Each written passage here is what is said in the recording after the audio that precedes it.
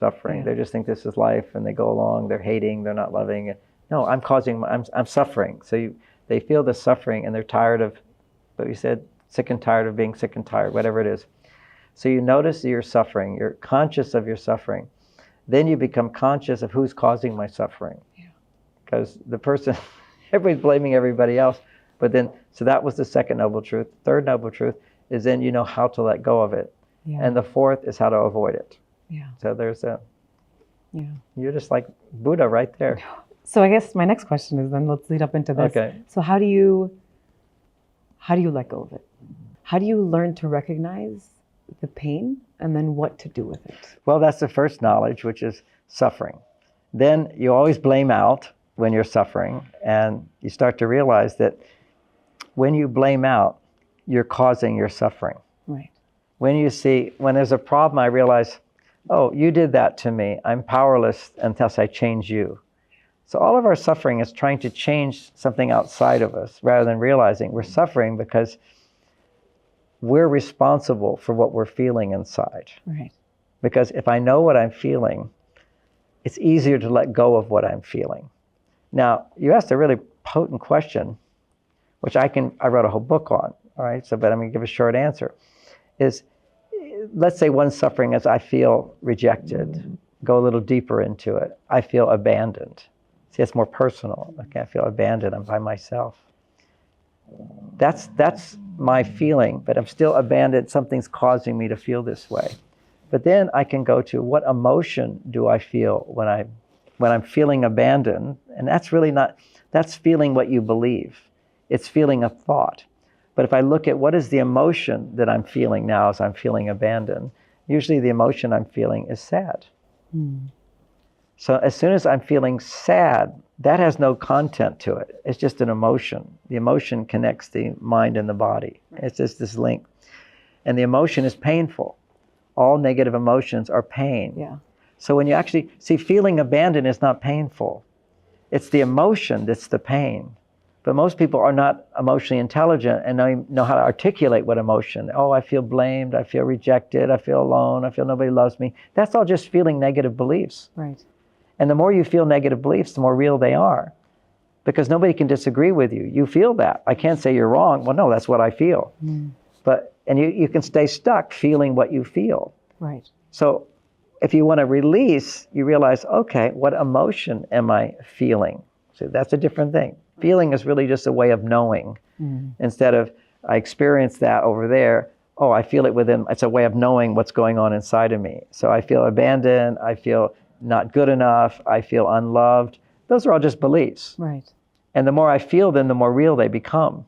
Right. So you feel what your beliefs are, but then if it's causing you pain, your brain will say, change the belief. It automatically happens. Right.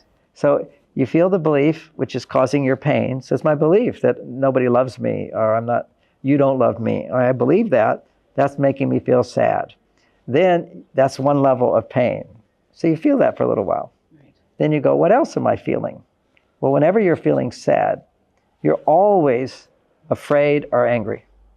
You feel sad, you're going to feel sad. Sad is disappointment. Within disappointment is you didn't satisfy me. So there's some frustration or anger.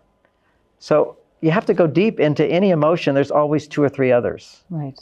And generally the basics of it is if you're feeling sad, I feel disappointed, and you'll just stay feeling disappointed. But you say to yourself, why is feeling disappointed so painful?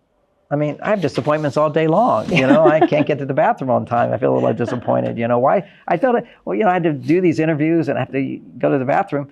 Why is it so long? Okay, it's a long walk. Okay, this hotel. I'm just thinking, what? The one bathroom for all these conferences? I have to walk the whole place. So what am I feeling at that time? Well, if I was feeling a little frustration, why am I feeling frustrated? Because I'm disappointed. Right. And if I'm disappointed, why is that a big deal? Because I'm afraid this is painful to my body. You see, you shouldn't hold it. Right. So there's always fear. You can't be angry, for example, if you're not also afraid. But angry people don't know that they're also afraid. Right. Because if I'm angry, it's because I'm feeling powerless, I'm out of control. Because when you're in control, you're not angry. I have the ability to get what I want. I'm getting what I want. I'm in the process of getting what I want. So I feel good. That's cool, calm, and collected.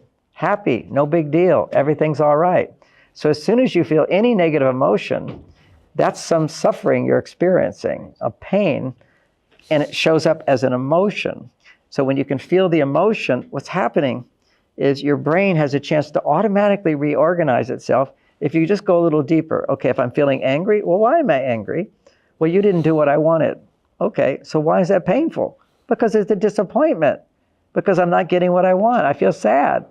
Well, why is that so painful? I mean, I'm sad about the world right now. I mean, people are dying. It's horrible. Yeah. I'm not unhappy. Mm-hmm. But if something's making me sad and it's like sticking to me, it's painful, then I go, why am I feeling sad? There's always a fear. See, if my wife died of 34 years. I grieved for a long time. I didn't even know what I was afraid of. I was just really, really sad. And certainly I had, feeling of when I got deep down, I'm afraid I'll never have love again. Yeah. I'm afraid I can never feel her close to me again. I'm afraid I'll be miserable the rest of my life. Mm. Well, I'm not miserable the rest of my life. My brain goes, no, you'll have another day. You'll get through this. The brain can readjust itself, but only when you recognize it's my belief, it's what I'm thinking that's causing me to feel pain. Then, because first of all, I'm feeling you don't love me. Well, when I have the belief you don't love me, then if I feel sad or I feel hurt, my brain goes, well, why do you keep thinking that? Why not look at it differently? And well, maybe they didn't love me right now, but maybe this showed they love me, this showed me love. The brain will automatically organize itself. Okay. And everybody's had that experience of being upset about something and the next day it's no big deal. Mm. The brain organizes itself. So be efficient by looking at what your emotions are. That's the second. First, I'm noticing I'm suffering. I'm blaming out to the world. Let me look at how I'm causing my own pain. So as soon as you can identify negative emotions and give them words, they will automatically release. Because see, negative emotions come from the limbic system of the brain, the middle part of the brain. The prefrontal cortex, this is our logical center up there, the executive center, the place where we're in control of our lives. Right. This doesn't even develop till you're 29 years old, if it does develop ever for people. Yeah, this part of the brain, 21 to 29, 27, somewhere in that range, this part of the brain is developing. And the function of that brain as it's developing, if it develops, is the ability to self-reflect. I was very fortunate in that all my 20s, I was in deep meditation, all self-reflection. Mm-hmm. So it's very easy for me to apologize for things. Just the easiest thing in the world. Oh, you met him? Oh, okay, sorry. What can I do differently? Because I can self-reflect and see that whatever happens in my life, I'm the source of that. Everybody wants to blame everybody else. Well, okay, you'll keep blaming everybody else and not getting what you want. The only way you can get more of what you want is to be responsible for, what did I do? What did I say? What am I telling myself? Right. And sorry, I don't mean to interrupt. Please do. As a part of your ability to do that, because you spent so much time in deep meditation, is it your ability now to take your ego out of the equation? Because I feel like a lot of the times when we have an inability to apologize for things, or we refuse to acknowledge someone else's feelings or hurt, a part of it is maybe to do with our ego? I won't say meditation did that. Maybe it could for some people in my journey. What gave me that ability, which interesting story, is I grew up in a family of 7 children. I'm number 5. And 4 older brothers, when they would this is Texas, right? And in Texas, when your boys misbehave, you get spanked. And in Texas, Dad pulls out the belt, you bend over, and he whips you 2 times, okay? You're gonna get whipped. And my mother saw that was not a good thing, but it's what Dad did, and she felt it could be done differently. And finally, when one of those boys ended up almost going to jail, my mother said, see, maybe we ought to try a different parenting approach with Johnny. Yeah. And let's try never punishing him. So I've never been punished. Never. Really? Yeah, never been punished. And now I was punished by my brothers because they knew I was not getting punished. And we tried to fake it. My dad would say, now I'm going to whip the chair, because you go to his room and he'd whip you. So my brothers would be listening outside, but my dad said, just make a noise like I just whipped you. And he would whip the chair. Well, they figured this out very quickly, so they punished me. So it wasn't like I went without punishment. We all get punished in life. Yeah. But because I never had that experience of being punished by my parents, I didn't have to be afraid of making a mistake. See, nobody chooses to make mistakes. And I once did a documentary, which I can't find now, but it was on children who are punished and children who are not. Right. And it's not like you let your children run wild. You have communication skills to teach your children what to do. You have to have good connection with your children. Right. So I'm doing this documentary, and I have children who are punished, and I have these kids who parents don't punish them. So I'm talking to the kids, and I said, now, do you think your parents should punish you? And all the punished kids will always say, well, yes, of course. And I said, well, why do you think it's a good thing? Oh, my parents punish me because they love me. Okay, because that's what their parents have said. Okay, and that's why parents should punish their kids. I want you to be a better kid. So I asked another kid, I said, so why do you think punishment is a good thing? He says, oh, when my parents punish me, it's to help me understand what I did is wrong. Okay, and that's what parents will say. I have to punish you so you know what you did is wrong. Now, the other little kid over here, I just remember one, there are several answers like I'm about to give. But I said to that little boy, well, do you think your parents should punish you? I don't think they should punish me. I don't know why they would punish me. And I said, well, how do you know what you did is wrong? And the little boy says, they tell me. Wow. Because they have rapport with the child. You can communicate to your children, you made a mistake, and the children will apologize and do better. We all want to do that. Punishment is not the only way to motivate your children. But when children are not connected to the parent, see, if my child does a mistake, I just have to say, well, that's a mistake. What do you think would be a better way to do that? Simple as that. No punishment, no blame, no judgment, good communication. Right. So my children never been punished. Okay. They're amazing kids. Now, what it is for a child to hear you when you make a mistake and self-correct, they need to, first of all, they need to have a parent who knows how to self-correct. Right. So I would always apologize to my kids. Most parents will never apologize to their kids because they feel they have to always be right to have power. No, you have power anyway. You're the parent. So I made it a point to be an example for them of apologizing. So that was one thing. The only thing I could apologize for generally was just I'd be late to pick them up from school. Okay. And they'd be, Daddy, you're late. I was the only one here. I said, I'm so sorry. My mistake. Yeah. And then I would say, how can I make it up to you? That's what you do when you make a mistake. You don't need to be punished, but you need to make it up to somebody. Right. You see, it's so ridiculous. You have this whole system of punishing people without having them pay back what they can. Yeah. It's just like, if you hurt somebody, make it up to them. You don't have to suffer to be worthy of love again. So the whole idea of I need to suffer to be worthy of love is an ancient idea because parents couldn't just say to their children what you did is a mistake for them to be able to learn from what you just said because it takes rapport, resonance. So how do you get a child to listen to what you say and act on it? Is you have to listen to them, not in terms of do what they tell you to do, but to understand what they go through. Right. So the more you can connect with your children by hearing their pain and being empathetic and supporting them, then there's this connection. Right. When you punish your children, they are now afraid of you. And so they disconnect. So then when you say you made a mistake, they don't let it in, they just defend, and they're afraid. So the ability to self-correct is like the foundation of life success. Yeah, and is this the reason then that once we've grown up, get into relationships, we're also then not able to get into a healthy relationship with healthy communication because we were never taught that? And that's exactly right. We didn't have role models of that. You don't have to be taught how to communicate. You just watch your parents. How do you think we learn to speak? We just listen to them talking. They're all talking and we absorb it. This is just through connection with them, through resonance with our parents. We learn everything from them. Children are always listening. They're always watching, and they're absorbing you. And to the extent that you punish yourself, which is, if you've been punished a lot in life, there's this belief system you develop, which is if I make a mistake, I should suffer, and then I deserve to be loved. Right. So, yes. Yes. I have to suffer, and then I'm worthy of love. As opposed to, no, you don't have to suffer. Just correct your mistake and do better. You're worthy of love. Because I hear that a lot. I hear people say, I've always learned that in order to be loved, I have to do something in order to receive love in return. And it makes sense that would be stemming from that. Yeah, and there's nothing wrong with if you've taken from someone to say, how can I make it up to you? Right. But it's not like it's out of guilt, And if you feel guilt, that can ease it, whatever.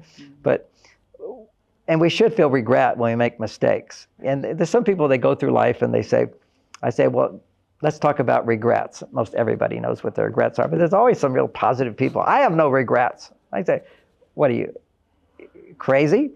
I mean, I can't go through a day without regrets, okay? I make a mistake here, I make a mistake here. I just gave 6 hours of teaching. I could have answered that question better. Let me think about it. Let me try to make it a better answer. Right. I'm always looking for how to be better, how to be better.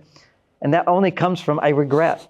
But when they're saying it, I don't feel really bad. I don't really feel bad. And to me, what that says is that somewhere in their life, they didn't have a chance to feel safe feeling bad. Because, oh, I hurt somebody, I feel bad. It's a natural instinct. Right. And then somebody forgives you. That's also natural. It's okay. I know you're doing your best. Maybe next time don't do it.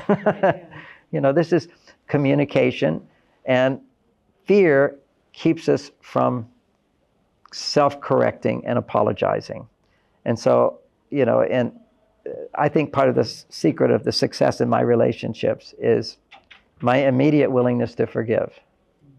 Because when you can apologize, then you have a belief system that if you make a mistake, meaning for me not being punished, then I learned that if I make a mistake, I still deserve to be loved.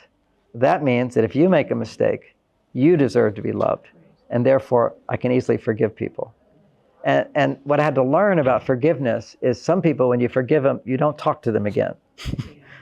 For me, it's never been in relationships, maybe a few, but it was more in business. Yeah. If people would cheat me or whatever, I'm just so forgiving. I give them another chance, and then I realized some people you don't give another chance to. Yeah. But you wish them well. Recently, yeah. You wish them well. Their colors have shown up, and you go for that. And some people make mistakes, and you realize they were sincere. They're doing their best. And even those you may not hire again because they just don't have the competence that you need. And then there's others that are more important to you. You find forgiveness, and you give them another chance. Yeah, of course. I wanted to kind of get into something that I heard you talk about quite often, and I feel like this is something the entire world is kind of struggling with right now, but it's such an important topic, and it's this concept of the feminine and the masculine, and you were talking about it long before social media made it trendy. Yeah.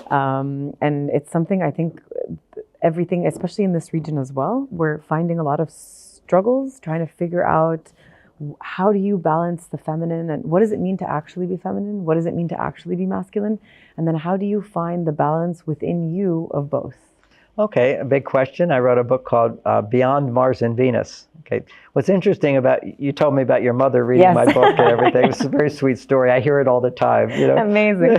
So, I really started to realize I was aging because I have no sense of age. I'm in my 70s and I feel like I'm 35. Okay, so your energy is that as well. Yeah, it is, and my libido is that as well. Amazing. Love and sex are very, very important things to me, and success, work hard, all this stuff, and I'm very, very healthy because of that. I think, but the question, I was going to go somewhere else, how to be healthy, but we can do that as well. Okay, but no, well, it's actually the part of the answer. How to be healthy is balance your male and female sides. Right. And so what happened is, Men from Mars took off because we were all going in a direction as a culture. The universities were really promoting the idea of equality. Right. Okay. We all want equality. Shouldn't we have equality? Wouldn't that be wonderful? But they didn't have enough awareness to realize that equality does not mean sameness. To be equal, we don't have to be the same. Right. To be equal, we don't have to make the same amount of money. To be equal, we don't have to eat the same food. Everybody's different. Right. But when you come to men and women, the difference is, like I'm thinking about these chairs, this is furniture. Okay. If we had a couch over here, that would be furniture as well. But these are chairs, and that's a couch, and they have different functions. Okay. So there's differences, but they're still furniture. We're all human beings, and I love being a human being. As human beings, as a man, one of my biological imperatives is different from a woman's biological imperative. I have to be more motivated to success than a woman. Now, what that means in biological terms is when a man is motivated, his testosterone goes up. Right. If he's not motivated, his testosterone goes down. And whenever his testosterone goes down, because he's not motivated, his stress levels will go up. Okay.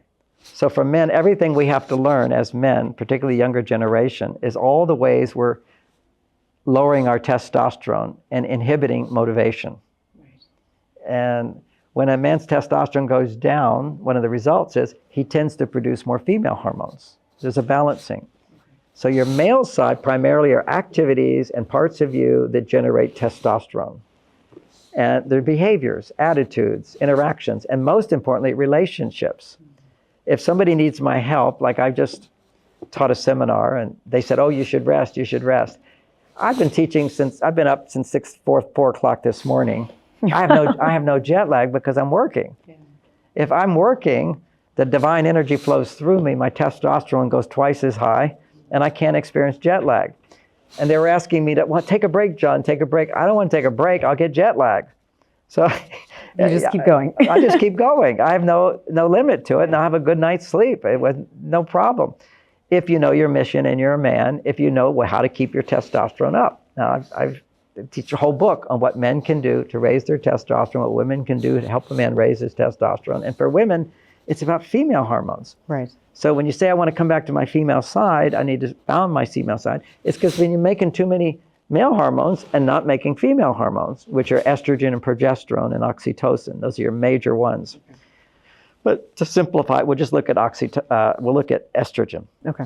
Estrogen gets produced whenever you're depending on someone for something meaningful.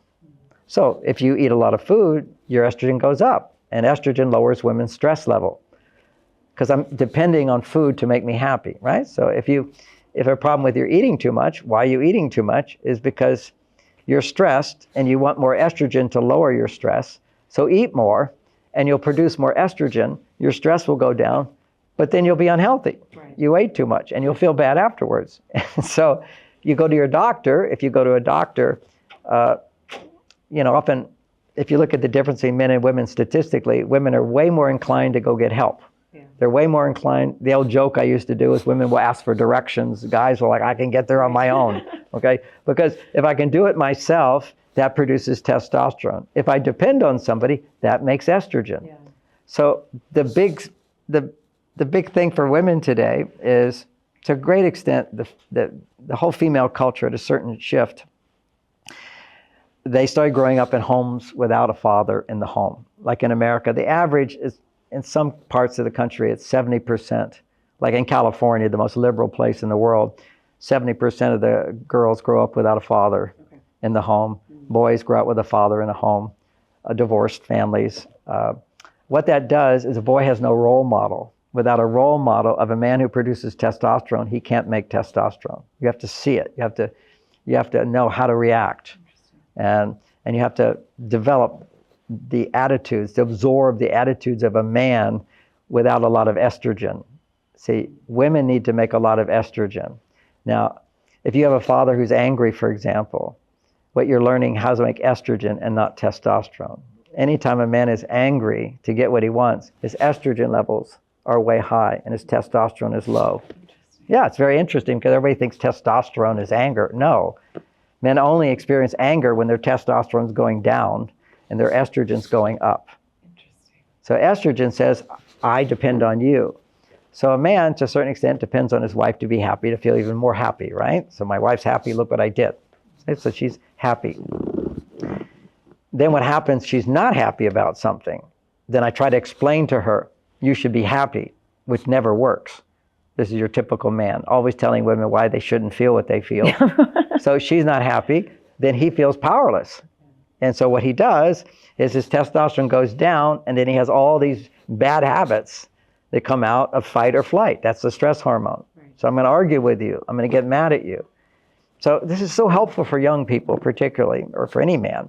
Men want to be masculine. How do you be on your male side? Don't talk about your feelings.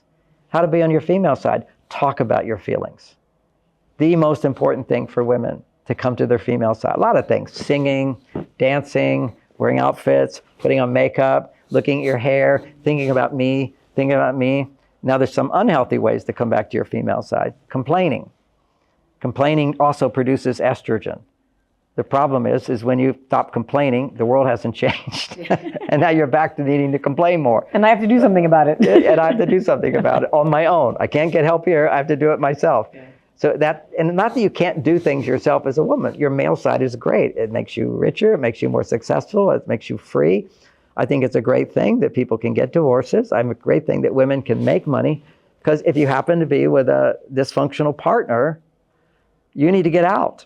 And so you should be able to have the opportunity to do that. So that's a lot of the whole feminist movement started from that, because you had a lot of these strong feminists who were grew up without fathers. They don't know the qualities of masculinity. And then they even get in a relationship with a man and he does something which is she doesn't understand. She immediately assumes the worst. Yeah. Like, for example, a simple thing is that if a man is working hard, he needs time to have space. Right.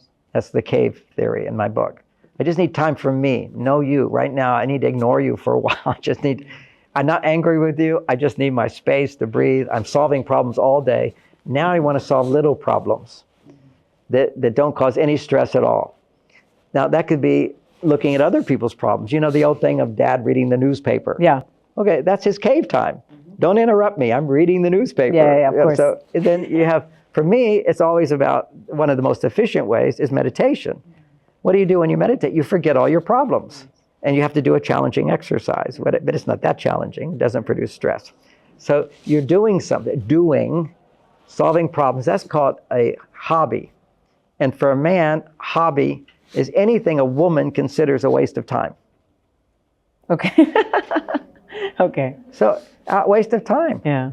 So why are you doing that? You're ignoring me. And so she feels unloved. She feels unsupported. It's like he cares more about his old car that he's trying to paint or whatever. You know, whatever his little hobby is, she's going to take it personally. It has nothing to do with you. It's what he needs. She needs to talk. She needs to connect. Now, the thing about modern women, they're so on their male side, they don't know they need to talk.